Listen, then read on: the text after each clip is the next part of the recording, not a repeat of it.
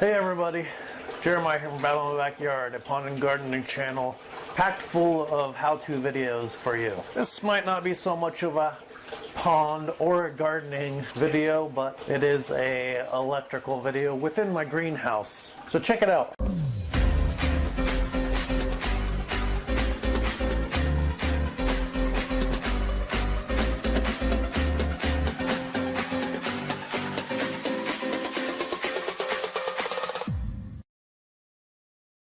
What I specifically want to cover today is, one is the GFCIs. So I've got two GFCIs working in here on their own circuits. So this one GFCI is running these outlets and the others, and so I'm going to show you how you set those up. Any of these that had a short in them would cause this one to trip. The other one is, I'm going to show you how I'm setting up my switches for my pumps, my air pumps.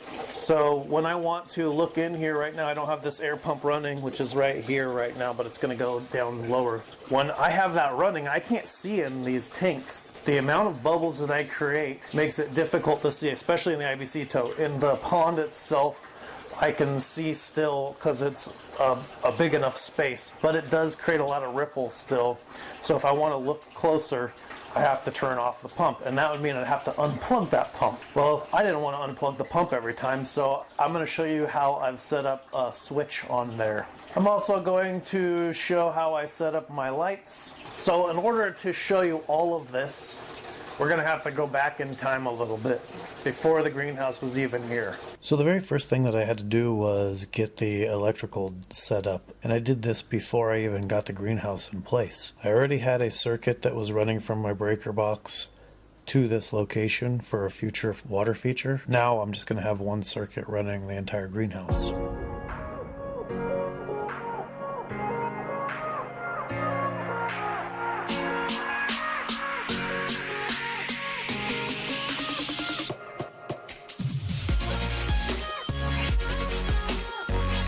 So once I got the electricity coming into the greenhouse, then I can just let that hang out and I can come back and work on this once the greenhouse is all finished up.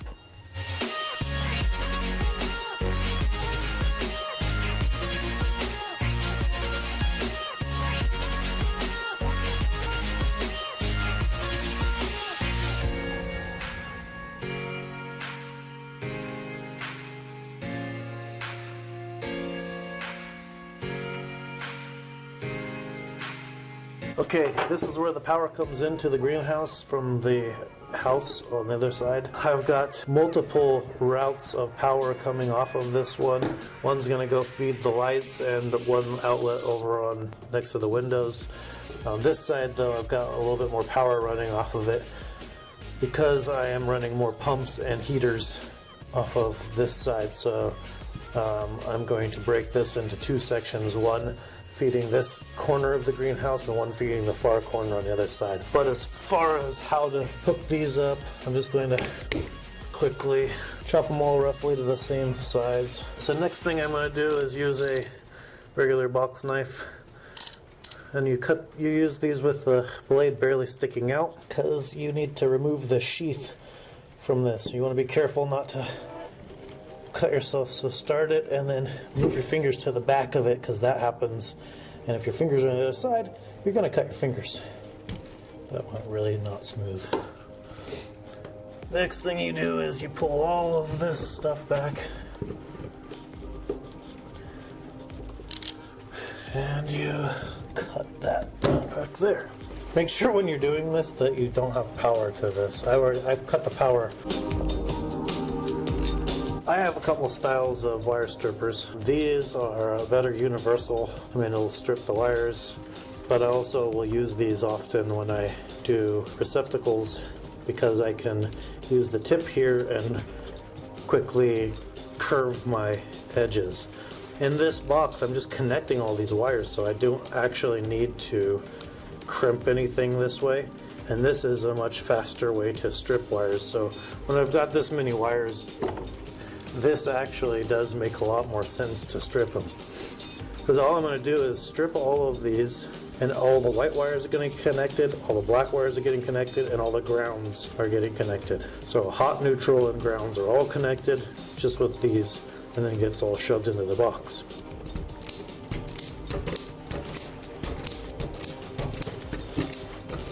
First thing I'll do is take all my grounds and connect them. I've got 4, so I just make sure I got all 4. I want them about the same length, and then I throw the wire nut on there.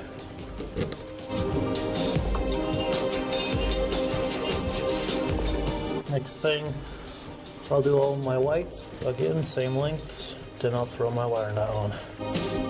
Give it a good tug, make sure that doesn't come apart. Last one, the blacks, put them all up, about the same length. If you need to, pull one back a little bit, get them all right, and then, okay, that's that. Then you take these wires and you just bend them and push them in. Then we'll throw a cover on that later. Make sure everything's working right before we do that though. Okay, for this one here, we are doing receptacles over here. One is going to be a GFCI. The other one's going to connect to the GFCI. But they're both 20 amps. That's important. These are going to be drawing a lot of power, so I do have 20 amp instead of 15s. Power's coming in here, it'll hook into my GFCI. I'll jump to this one here, which goes off to the next 20 amp on the next box. And those, anything that happens in those ones in this line will trip this from over there. So now when I was running that other power line to the other side, that one's gonna have a separate GFCI over there, so that if anything happens on that circuit, then it'll also trip on that side. But it won't interrupt anything happening over here. This, if something goes wrong, it'll be half of the system, not the whole system tripping. So one thing you're going to want to do is change the way the ground wires are coming off. So I have these lines connecting, but when I connect to the 2 units, there isn't a jumper for the ground. Not like there is from this, right? So what I'm saying is how this one comes into this unit and whatever is connected here, that's going through. The ground wire only has 1 on both. So I have to connect my grounds all the way through and then jump the ground to the 2 different receptacles that are going to be within here with a wire nut.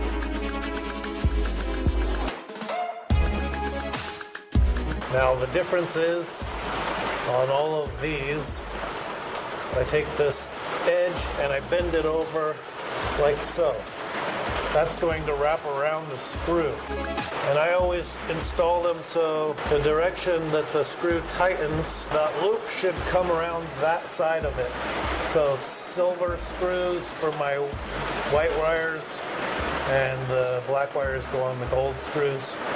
Obviously ground goes to green.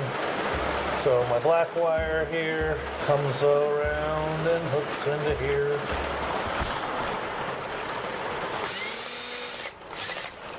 If I were to put that on the other way so the hook was facing this side and I tighten it, it sometimes tries to spit that wire out instead of gripping it.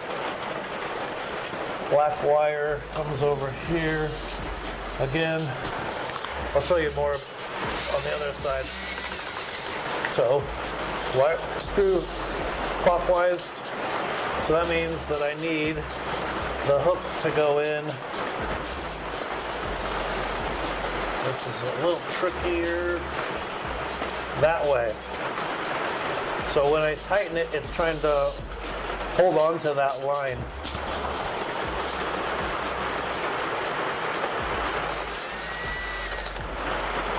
Because if I took it and put it in backwards, the opposite direction, and tightened it, it'll take this and try to push it back out.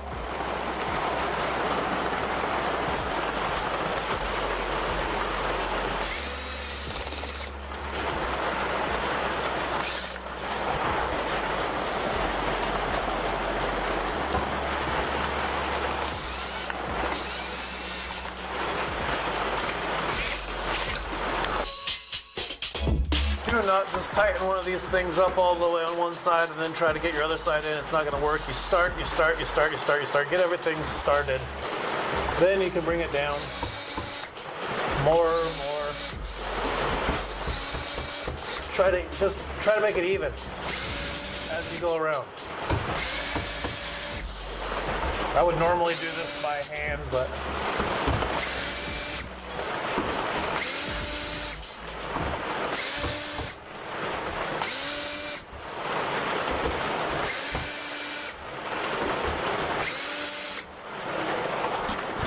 I normally don't tighten it all the way. I leave it just a little loose. That way I can adjust if I need to when I put the plate on. Light switch. I'm stripping these exactly the same way as I stripped anything else. Okay, now that I've got it stripped, what's going to happen is that these two wires here, the neutral wires, are going to be connected together with a wire nut. But these two actually connect to the poles on the switch, and they're like the receptacles where the screws like this. So I'm going to hook those. Now, I've only got one spot for my grounds to go, so I'm going to have to add a third little jumper with a hook on it because I can't connect both of those properly. I can. I've seen it done before where you can put hooks on both of these and try to squeeze them both into one screw, but they kind of sandwich out and they don't hold very well, so I don't recommend that you do it that way, and I don't think that it's probably supposed to be done that way. You should connect another ground wire to connect to the screw.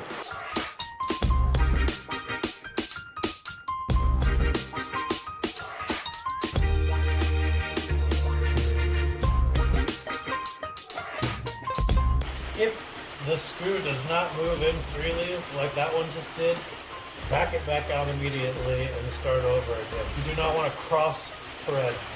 That's the problem with using a screw gun also, is that it's easy to cross thread when you have power. That's why I like to typically use a screwdriver to do this manual work right here, because I can't cross thread it as easily. The only reason that I'm not using a manual one is because I didn't bring a manual screwdriver with me into here, and it's pouring down rain. I don't want to go out there while I'm working.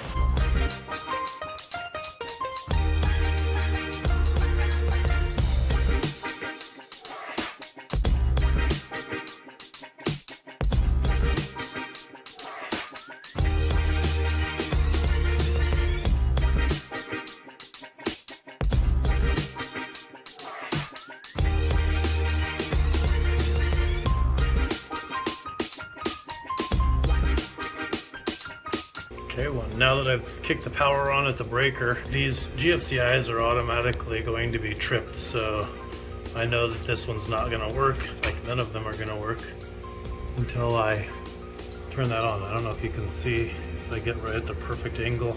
There's a light on now there. So I'm using this guy to check my wiring. 2 oranges is letting me know that I've wired correctly. These are great to have also just to check to see if your power is on or off on an outlet. Check. Good. Good. Now we'll test this. Lights on.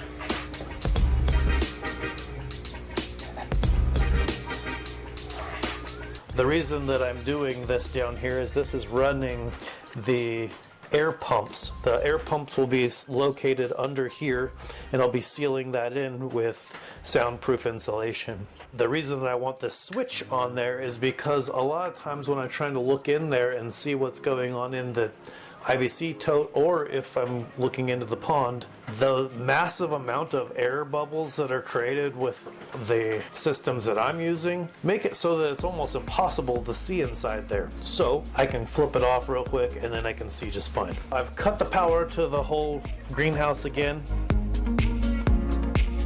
Now what I'm going to need is some jumper wires. I've got to create a Y off of the black wire, a Y off of the white wire, and a Y off the ground actually, so because I'm going to have 2 units in here, and these will not be able to go through like a regular double outlet.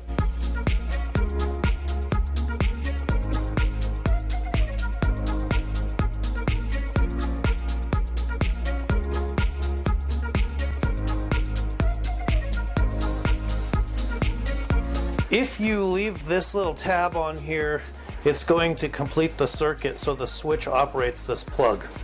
How this guy works is that all the time power, your black wire is coming in here onto your copper screw, and just like with the other plugs, the silver screw has your neutral wire that connects to it.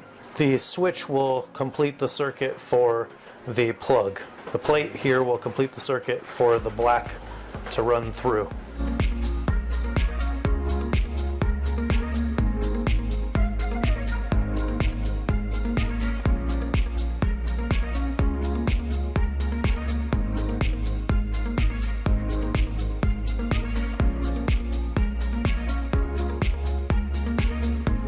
Okay, both of these are off, in the off position, and I'm gonna go turn the power back on to make sure that these switches control these plugs. I'll flip the switch on, and it's wired correctly. Separate circuit, so I want to make sure no power, good, wired correctly. So now what I got to do is get it down here and hooked up to a 2x on the base of the pond. I do not have a lot of space over here, but you can kind of get the idea. I'll throw some screws in there now.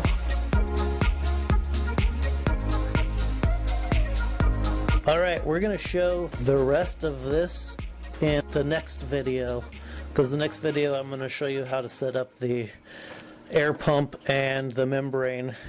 Alright, hopefully you liked this video, hopefully you got something out of it. Make sure you give it a thumbs up, subscribe to the channel. We've got all sorts of great videos all the time coming on this channel. The next video we're going to talk about how we get this cedar shake installed and why I put the cedar shake in. There is reasons behind my madness. So make sure you don't miss that coming up soon. We'll see you in one of these other videos.